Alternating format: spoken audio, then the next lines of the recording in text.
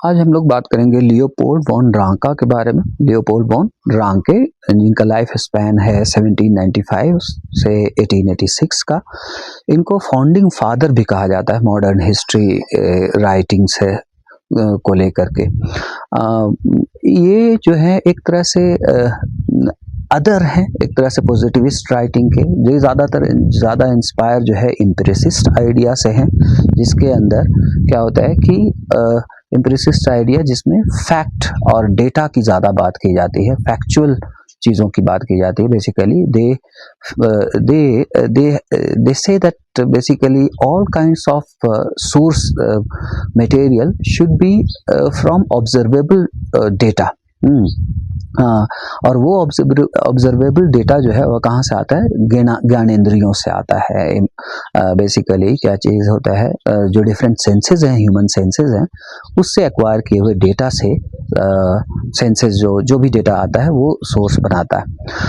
Leopold von Ranka जो है उनको मॉडर्न हिस्ट्री राइटिंग का फादर भी कहा जाता है एक तरह से। और उनकी बहुत सारी आइडियाज़ हैं जो हम लोग समझने की कोशिश करेंगे। जैसे पहली बात लियोपोल्ड वॉन रांका की है कि वो सोशल फिजिसिस्ट, जैसे अगस्ट कॉम्ट की बात हो रही है, या फिर जो भी उस आइडिया में बिलीव करते हैं कि human society progresses from one stage to the other and to the next। जिनमें से आपको अगस्ट कॉम्ट भी हैं, और उससे पहले भी हमने बहुत लोगों की बात की है। वो सारे जो लोग हैं, जैसे विको के बारे में बात की थी, कॉन्डरसे जो है वो भी 9 स्टेजेस की बात करते हैं, है ना। तो कई जो स्कॉलर्स हैं वो सारे जो लोग बात करते हैं, विको और ख़ास करके कॉन्डरसे की बात हम लोगों ने की थी। और दूसरा हमने देखा क्या कि कुछ जो इम्प्रेसिस्ट हैं वो भी आइडिया में बात करते हैं कि जैसे आपको कई एजेस होती हैं, जैसे सैवेजरी की एक एज है, यानी हंटर गैदरर। फिर उसके बाद जो है वो कौन होते हैं? बारबेरियन होते हैं, जो पेस्टोरल इकोनॉमी या पेस्टोरल लाइफ स्टाइल जीते हैं। फिर सेटल्ड फार्मिंग और मॉडर्न एडवांस कॉमर्स, इन सब के जो डिफरेंट स्टेजेस की जो बात करते हैं, इम्प्रेसिस्ट बात करते हैं बहुत सारे। लेकिन Leopold von Ranke scientific theory की या थ्योराइज करने की बात नहीं कर करके वो जो है यूनिवर्सल लॉज की बात नहीं करते हैं, जैसे न्यूटोनियन लॉ हो या different stages of human progress हो। इन सब की बात वो नहीं कर करके क्या करते हैं? स्पेसिफिक एविडेंस की बात करते हैं। वो कहते हैं कि यूनिवर्सल लॉज ना पर ज़्यादा फोकस करने के बजाय क्या करना चाहिए? डिफरेंट सोर्सेस के ऊपर, एविडेंस के ऊपर फोकस करना चाहिए। तो लियोपोल्ड रांका की एक बहुत बड़ी इम्पोर्टेंट जो आइडिया है, उनका आइडिया क्या है? यूनिवर्सल लॉज नहीं, फैक्ट्स। वो क्या है? फैक्ट्स को ज़्यादा से ज़्यादा वेरीफाई करने की ज़रूरत है, ज़्यादा से ज़्यादा उसको क्रिटिकली समझने की ज़रूरत है। दूसरी बात जो है, दूसरी बात हिस्ट्री से रिलेटेड, वो कहते हैं कि हिस्टोरियन को कभी भी पास्ट का जज बनने की कोशिश नहीं करना चाहिए। History should not be understood as a kind of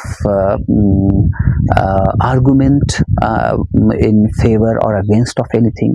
तो बेसिकली क्या चीज़ है कि जज नहीं करना हिस्ट्री को, हिस्ट्री से अपने आप को जज नहीं करना। दूसरी चीज़ क्या चीज़ है?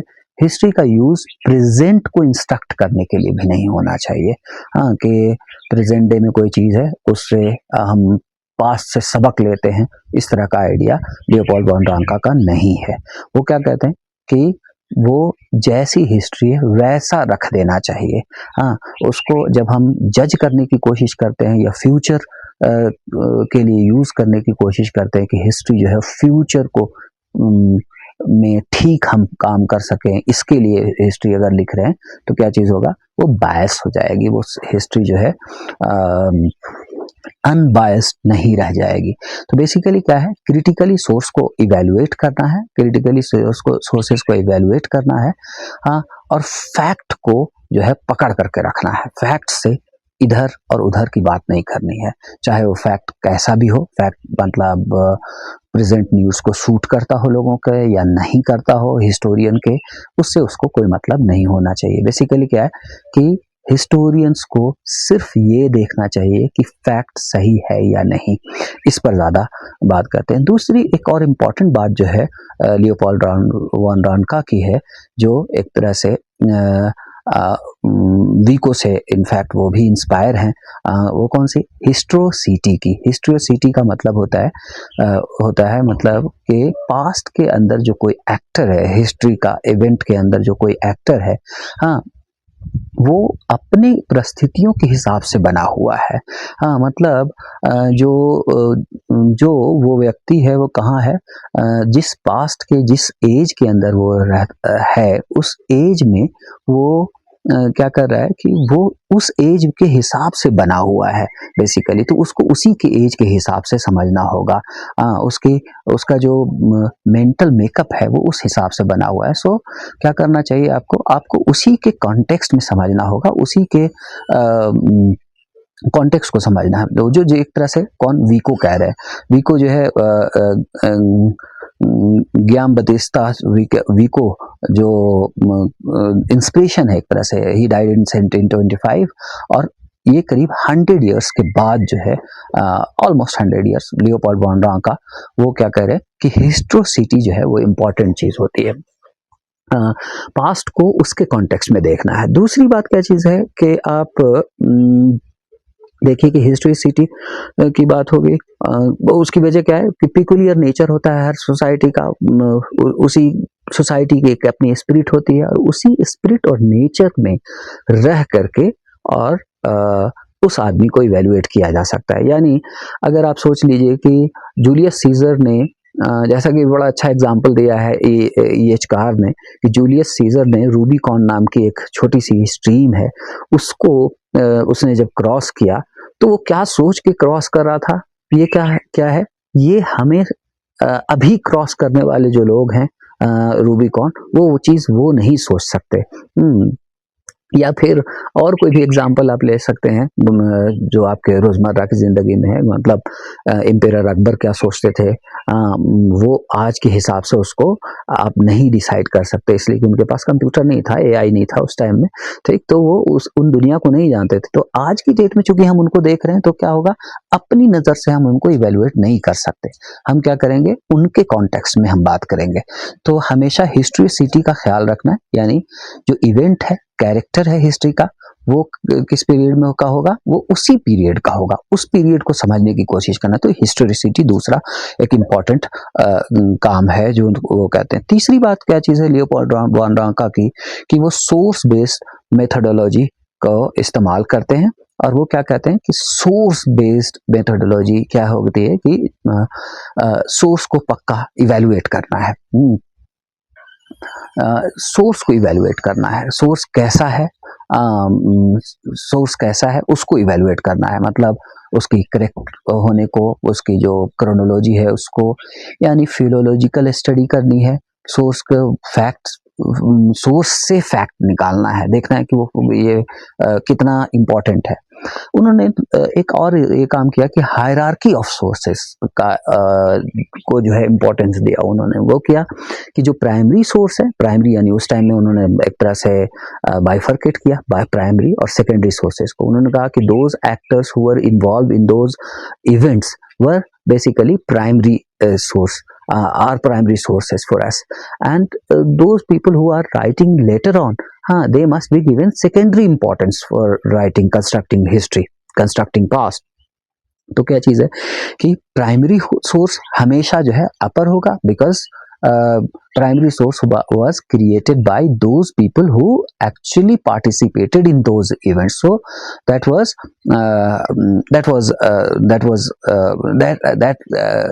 that should have primary attention of a historian, whereas the secondary sources, those who are talking about those events in the past, naturally will follow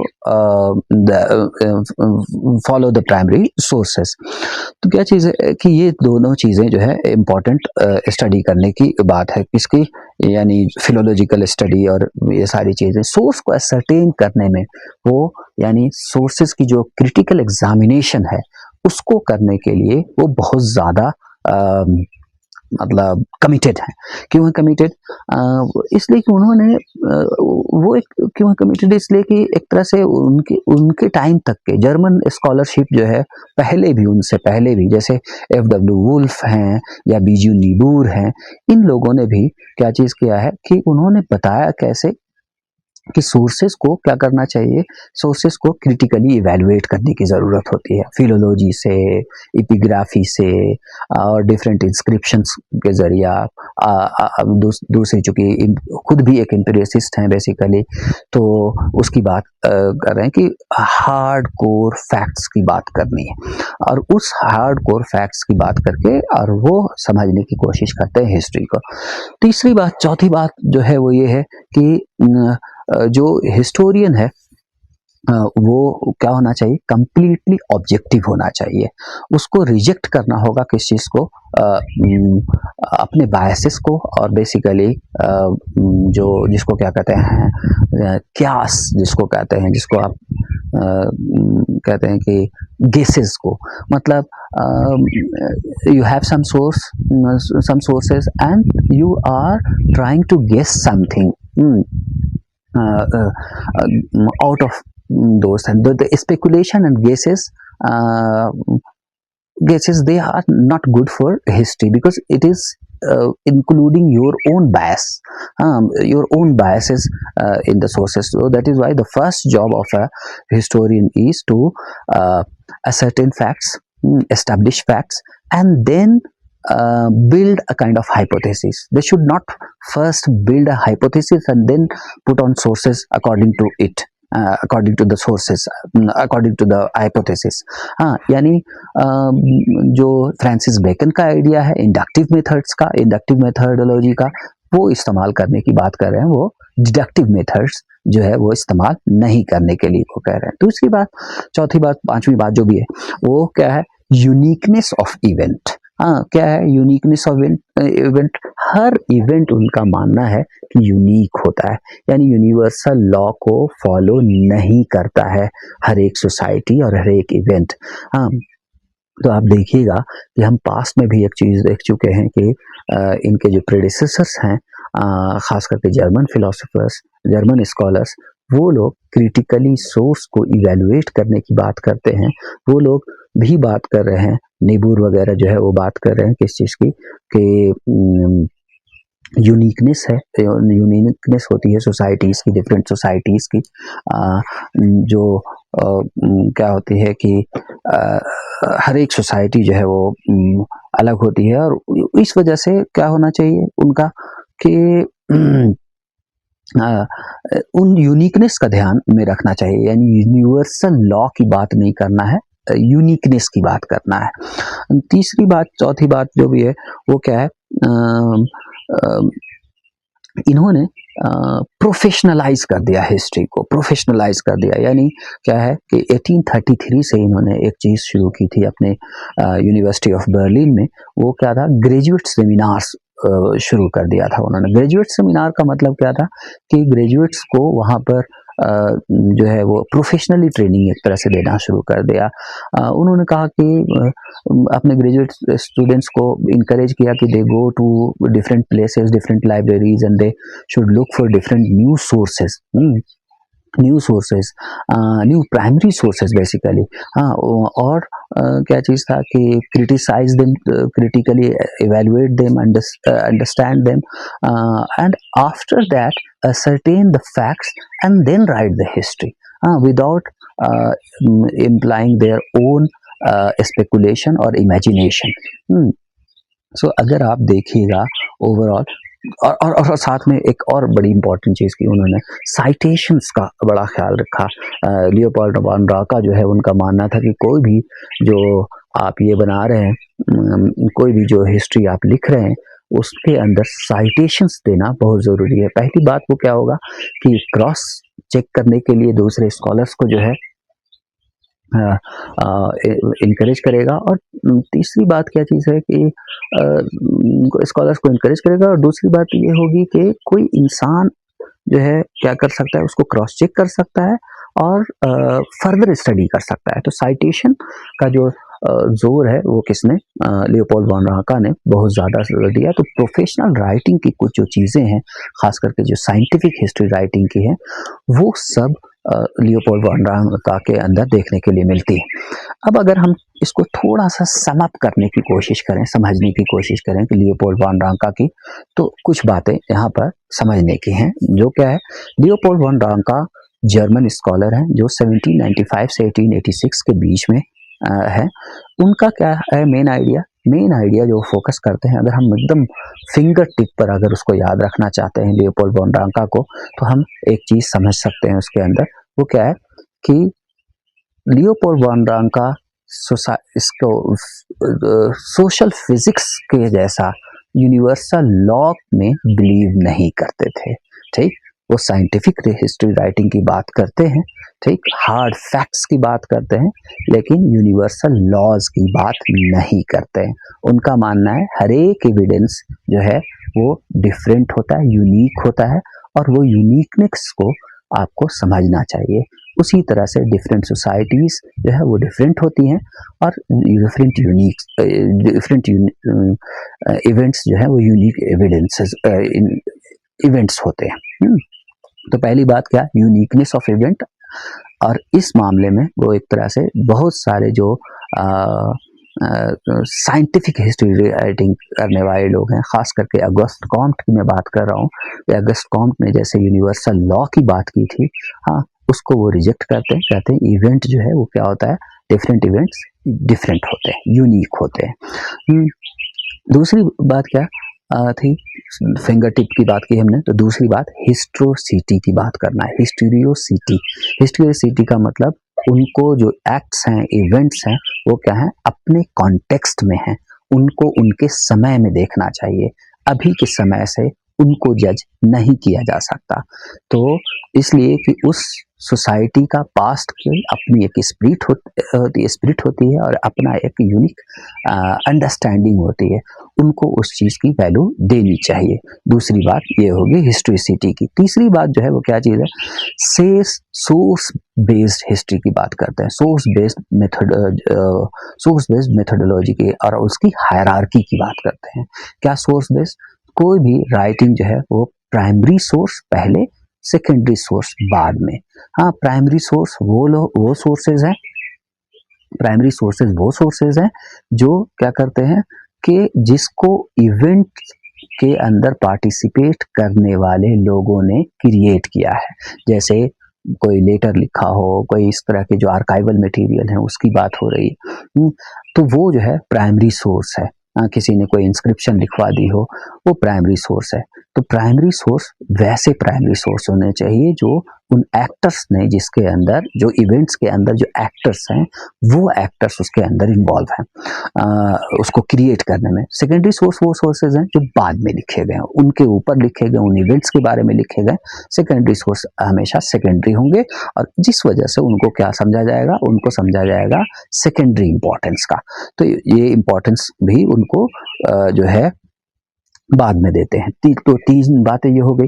चौथी बात क्या चीज़ है, ऑब्जेक्टिविटी जो है, कंप्लीट ऑब्जेक्टिविटी प्रैक्टिस करनी चाहिए। स्पेकुलेशन, किसी भी तरह का सोर्स को लेकर के स्पेकुलेट करना, या फिर आपको क्या करना कि उसके बारे में इमेजिन कर लेना खुद से, हाँ, ये ठीक नहीं है। वो कहते हैं कि ये नहीं होना चाहिए। तीसरी बात, उसी के अंदर एक बात और कहते हैं, वो ऑब्जेक्टिविटी को वीड आउट करने के लिए, मतलब ऑब्जेक्टिविटी रखने के लिए पर्सनल जो बायसेस होते हैं या इस तरह के जो बायसेस होते हैं उसको वीड आउट करने के लिए क्या कहते हैं, वो कहते हैं कि ऐसा करना चाहिए कि कोई भी जो पास्ट है ना, उसको पास्ट के जैसा ही रखना चाहिए। हाँ, ऐसे हुआ था बस, हाँ, इस तरह से कि इस तरह से हुआ था, बस इतनी सी बात है। मतलब हिस्टोरियन का काम है कि वो बताए इस तरह से हुआ था। उसको हिस्ट्री का काम उसके हिसाब से ये नहीं कि वो जज करे कि पास्ट अच्छा था या बुरा था। दूसरी बात, वो हिस्ट्री इसलिए नहीं लिखे कि उसको पढ़ करके, हिस्ट्री समझ करके, और लोग क्या करेंगे फ्यूचर में ये काम नहीं करेंगे या वो काम नहीं करेंगे या ऐसा ही काम करेंगे। फ्यूचर को देख करके वो हिस्ट्री नहीं लिखने के लिए एडवोकेट करते हैं। वो कहते हैं कि फ्यूचर को देख करके आप हिस्ट्री मत लिखिए, आप सिंपली जो है फैक्ट को रख दीजिए कि फैक्ट क्या है। तो ये एक बेसिकली उन्होंने बात कही थी। तीसरी चौथी बात जो भी कह लीजिए वो क्या है इम्पोर्टेंट, जो भी फिंगर टिप की बात हम लोग कर रहे थे इनफैक्ट, तो फिफ्थ या फोर्थ जो भी है वो क्या है कि प्रोफेशनलाइज कर दिया हिस्ट्री को। हिस्ट्री को कहा कि प्रोफेशनल हिस्ट्री होनी चाहिए। कैसे प्रोफेशनल हिस्ट्री होनी चाहिए? इंस्टीट्यूशन के अंदर हिस्ट्री को सेपरेट सब्जेक्ट के रूप में पढ़ाया जाना चाहिए। अंडर ग्रेजुएट जो स्टूडेंट्स थे उनके लिए उन्होंने अंडर ग्रेजुएट सेमिनार्स 1833 में उन्होंने शुरू किए, और 1833 के सेमिनार्स में उन्होंने प्रोफेशनली ट्रेन करना शुरू कर दिया अपने स्टूडेंट्स को। उनको कहा कि किस तरह से आप क्या करेंगे, किस तरह से स्टडी करेंगे, सोर्सेज को कैसे से करेंगे। उन्होंने अपने स्टूडेंट्स को भेजा जहाँ तहाँ लाइब्रेरीज के अंदर, चर्चेस के अंदर, कि वो मैन्युस्क्रिप्ट लेकर के आए, आर्काइवल मटेरियल को देखें और नए नए आर्काइवल मटेरियल को ढूंढें। और उसके साथ साथ उन्होंने कहा क्या कि जो भी सोर्सेज वो लिख रहे हैं उसका साइटेशन कंप्लीट देंगे, ठीक, ताकि क्या हो, फर्दर कोई वेरीफाई करना चाहे सोर्स को तो वो वेरीफाई कर सकता हो, और फर्दर कोई उसमें कोई रिसर्च करना चाहता हो तो वो भी वो कर सकता हो। तो ये 3-4 काम जो है रांका ने किए। हमने जैसा कि पिछले कुछ वीडियोस में खास करके जो मैंने इनलाइटनमेंट के ऊपर जो वीडियो बनाया उसको देख लीजिएगा, उसके अंदर जो है हमने दिखाया है कि किस तरह से रांका के लिए भी एक तरह से लोग इंस्पिरेशन रहे हैं। जैसे आपको F.A. वुल्फ और निबूर की बात की थी, विको की बात की थी। हाँ, तो विको, निबूर या आपको F.A. वुल्फ, हाँ, ये सारे लोग जो है इम्पोर्टेंट लोग हैं जो इंस्पायर कर रहे हैं एक तरह से जो पॉजिटिविज्म के अंदर जो स्कॉलर्स हैं या जो मॉडर्न जो हिस्टोग्राफी कहलाती है, वो जो एक स्टैंडर्ड जो सेट किया है उनमें एक कंटिन्यूटी है। चेंज तो है ही, लेकिन साथ में क्या है, कंटिन्यूटी है। तो लियोपोल्ड वॉन रांका को भी इस कंटिन्यूटी के संदर्भ में ही देखना चाहिए। नेक्स्ट वीडियो जो हम करेंगे और उसमें हम लोग फिर बात करेंगे कॉलिंगवुड की, आरजी कॉलिंगवुड की, और फिर उसको भी हम तरह से कनेक्शन देने की कोशिश करेंगे, कनेक्ट करने की कोशिश करेंगे कि कैसे वो पास्ट के और जो हिस्टोरियंस हैं या हिस्ट्री के ऊपर जो फिलॉसफी देने वाले लोग हैं वो क्या कहते हैं। अगर कोई क्वेश्चन हुआ करे तो ज़रूर आप जो है पूछा करें। क्वेश्चन पूछने से चीज़ें क्लियर होती हैं, और अगर बहुत ज़्यादा क्वेश्चंस होंगे तो उसके ऊपर भी आपको डाउट क्लियरेंस का भी जो है एक वीडियो बना दिया जाएगा। ठीक है, चलिए ठीक है, मिलते हैं फिर नेक्स्ट क्लास में, नेक्स्ट वीडियो में। Thank you.